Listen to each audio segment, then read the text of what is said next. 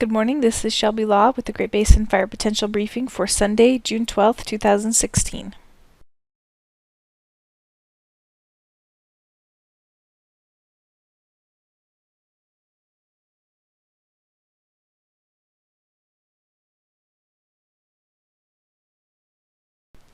There are no significant fire potential impacts expected for the next few days, with a cool, wet signal continuing across much of the region. However, by the middle of the week, warmer temperatures will move into the area with stronger southerly winds, which will definitely increase fire potential by the Wednesday to Thursday time frame.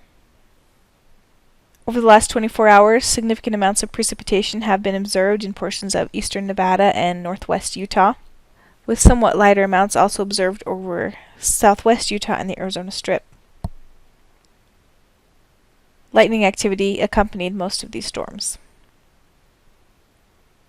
This image shows the current fire activity as of this morning, with a few new initial attack fires in southwest Idaho and portions of the southern Great Basin, although these fires have generally remained small in size. Yesterday's drop in temperatures and increase in precipitation activity have dropped fire danger indices across the region. This morning's water vapor imagery shows two main features: the main trough over southern Canada that's contributing to a decrease in temperatures across the region. And we also have the low located in California that will be moving through the Great Basin today and tonight. That's going to continue to allow showers and thunderstorms to develop mainly over portions of central Nevada and up into northern Utah, eastern Idaho. Fire potential is generally low region-wide. Shown here in more detail are the areas that are expected to have the wettest thunderstorms across central and eastern Nevada, with isolated to scattered showers and thunderstorms over much of northern and central Utah and up into western Wyoming. Temperatures remain quite cool region-wide and generally below normal for the time of year. By tomorrow, some drier westerly flow will begin to move into portions of western Nevada, but moisture will linger across Utah, particularly northern Utah, and we could see showers develop once again tomorrow in those areas. The next feature to look at is another trough beginning to work its way into the Pacific Northwest and off the coast of western Canada. It's this trough that will dominate the weather for much of the work week.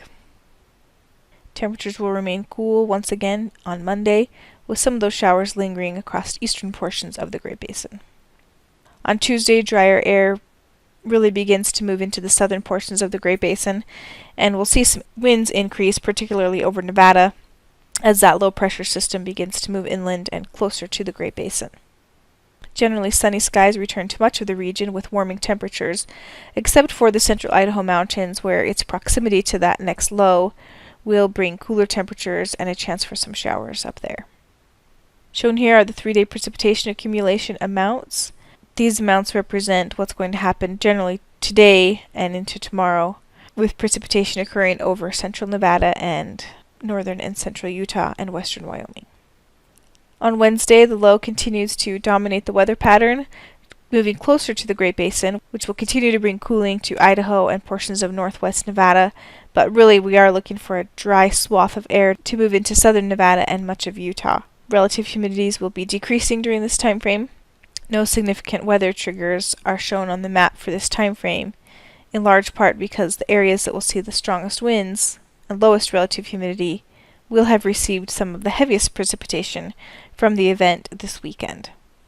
Some more of the same is expected on Thursday, with that dry slot continuing over southern Nevada and up into Utah, again where we'll see the strongest winds occurring. On Friday, that low finally looks to lift north and east of the Great Basin, decreasing wind speeds across the area, but also allowing dryness to return to the northern half of the region. And this overall weather pattern of warming and drying will continue into Saturday. Precipitation accumulations for the second half of the time period, particularly Wednesday and Thursday, are shown here, with precipitation really only expected over the central Idaho mountains. The extended forecast moving into the third week of June is calling for a return of warm, much above normal temperatures to the region and below normal precipitation. So after the cooling and wet weather this week, as we move into next week, we really will look for a return of summer-like conditions and a hastening of the fuels region-wide.